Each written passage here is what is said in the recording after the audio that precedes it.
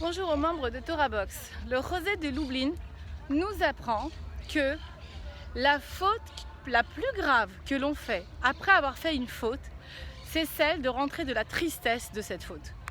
En réalité, le Yetzer Hara, ce qu'il veut, lui, il veut que tu sois triste. Parce que la tristesse, c'est la pire des fautes. Donc quand tu fais une avéra, quelque chose de pas bien, je sais pas, moi, t'as mangé quelque chose de pas cachère.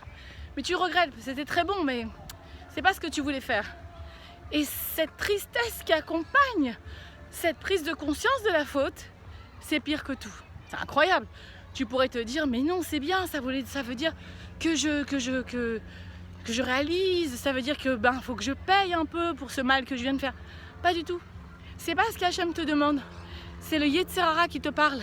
Parce qu'Hachem Ilbarach, lui, il a compris que de toute façon un homme fautera. Il le sait, c'est pour ça qu'il a créé la Teshuvah. Mais ce qu'il a besoin, c'est qu'on croit en lui. Et quand tu t'attristes après la faute, ça veut dire que tu ne crois pas qu'Hachem Ilbarach, il va te pardonner parce que tu vas faire Teshuvah. Alors, on ne peut pas faire des fautes exprès et dire après je suis pas triste et Hachem me pardonne. On ne parle pas de ça. Quand tu fais une faute, tu t'en rends compte. Et quand c'était avant ça, tu ne t'en es pas rendu compte que c'était une faute. Mais tu prends conscience de quelque chose. Ne rentre pas dans la tristesse. Tu te dis, bien maintenant, ok Yetzer Hara, tu vas pas m'avoir.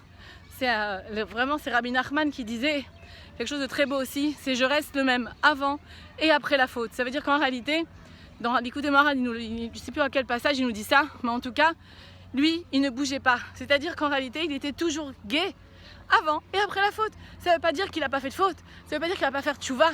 Ça veut dire juste qu'il ne rentre pas dans le piège du Yetzer Hara, qui est la tristesse. Parce que la tristesse, on a dit, c'est la pire des fautes.